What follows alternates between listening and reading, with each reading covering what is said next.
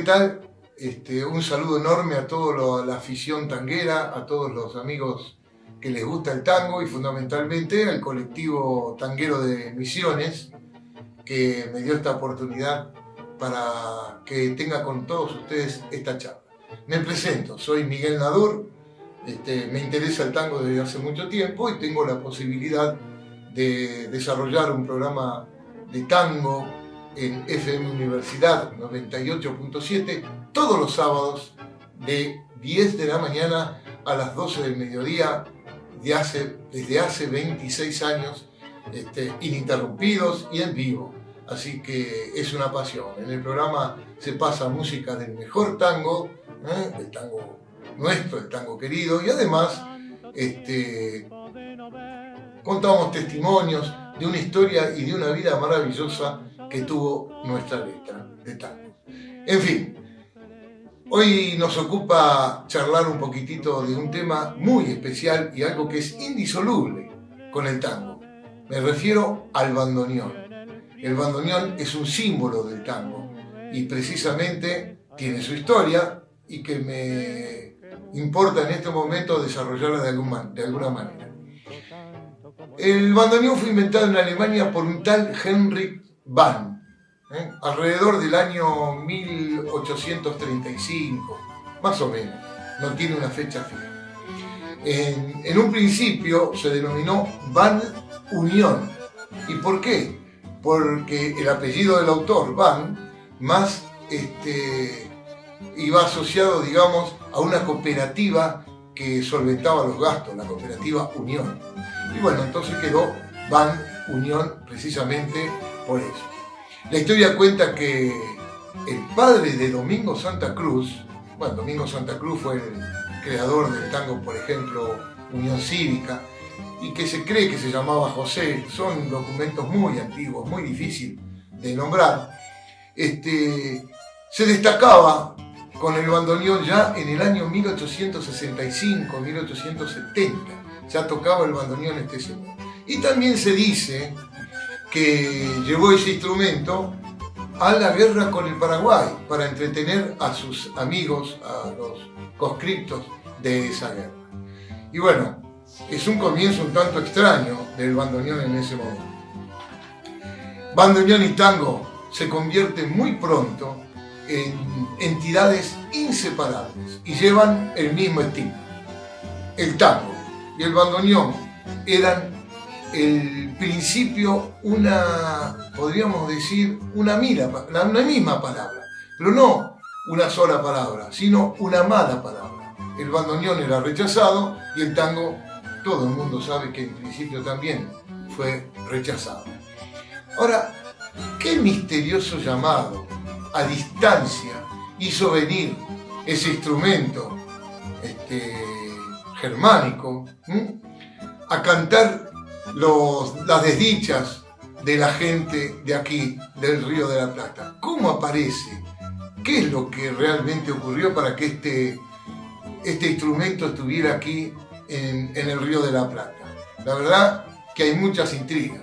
Fundamentalmente esas intrigas son las siguientes. En esos barcos de inmigrantes habrá venido en alguna bodega traído por algún marinero ese bandoneón. Se cree que un marinero brasileño fue que en un barco alemán apareció. Pero bueno, son historias que no se pueden comprobar, no hay nada escrito al respecto. La cosa es que el bandoneón llegó a estas tierras, a estas comarcas.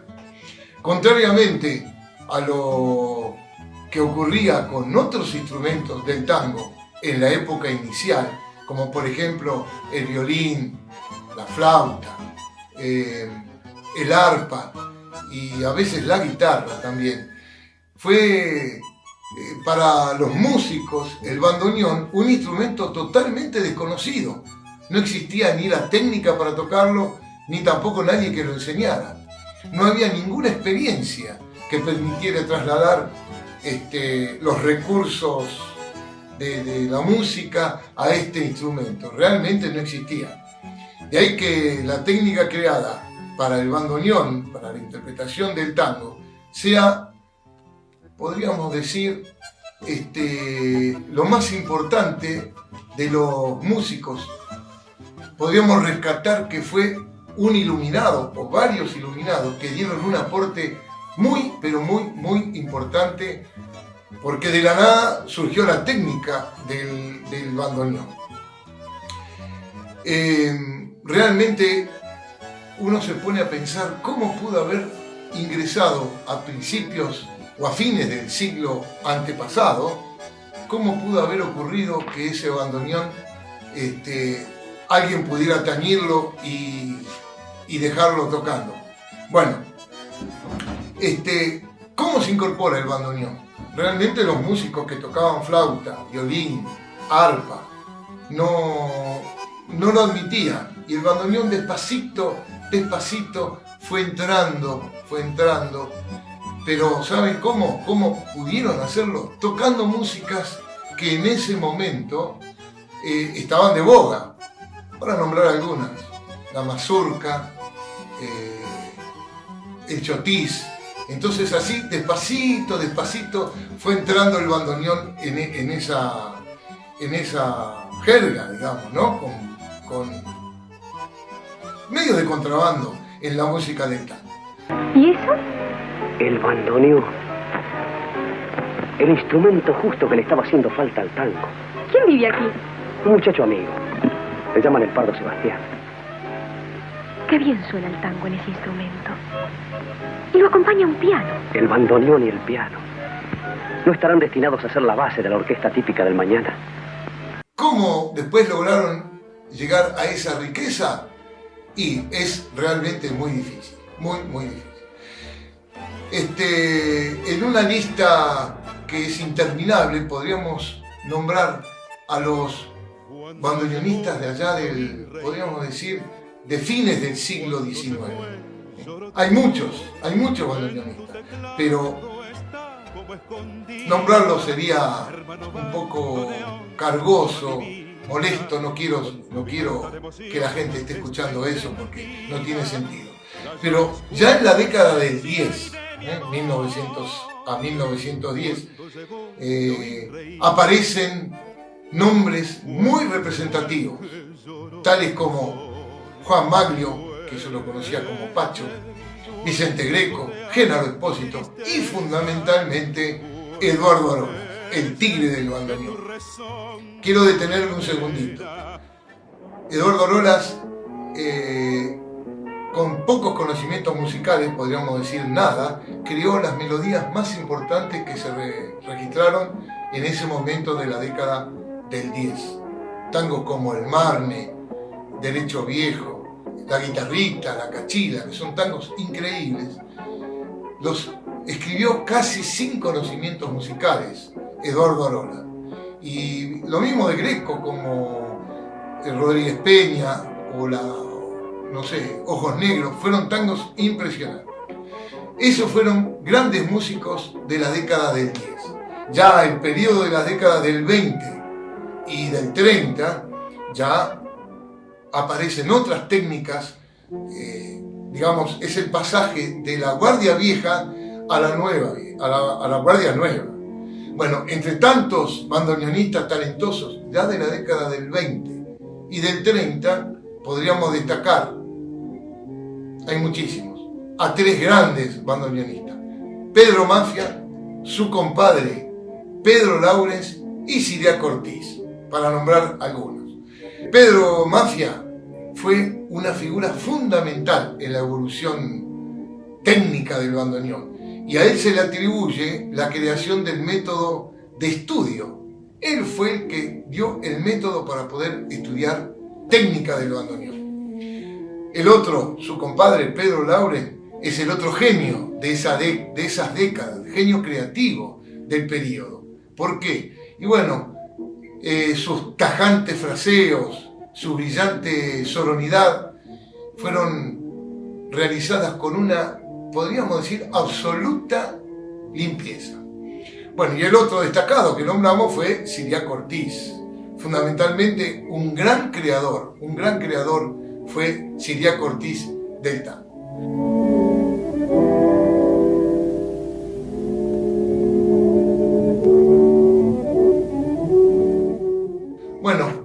aparece la década del 40. La década del 40, por supuesto, es la década de oro del tango, donde están los grandes músicos, no solo bandoneonistas. Esa década impresionante, con las nuevas modalidades, que le permitió a los grandes músicos de esa década, armonizar, arreglar los temas que antes habían hecho Arola, Greco y esos grandes músicos. La interpretación fue increíble y utilizaron recursos interpretativos acorde con el estilo, digamos, maravilloso de esos años 40, 45 y hasta el 50. ¿Quién se destaca en esa década? Y se destaca fundamentalmente Aníbal Troilo Pichuco. Pichuco, se conjugan en él el terciopelo del estilo de Mafia, la fuerza y la brillantez de Pedro Lawrence y además el fraseo de Siriaco Ortiz. Bueno, esa conjunción de esos tres bandoneonistas de las décadas anteriores dieron lo que se llegó a decir el sonido Troilo. El sonido Troilo es único, uniforme, y único en el desarrollo de cada nota, además de un compositor sobresaliente y creador del mejor tango. Podemos dar ejemplo. Troilo escribió con Mansi, por ejemplo, Sur, Barrio de Tango. Troilo escribió con Enrique Cadícamo, Garúa, Pa' que bailen los muchachos, y tantos tangos más. Con José María Contursi, Toda mi vida. Con Cátulo Castillo hizo tangos impresionantes, como Desencuentro, Una canción. Bueno, Troilo fue único, pero no fue el único de la década del 40.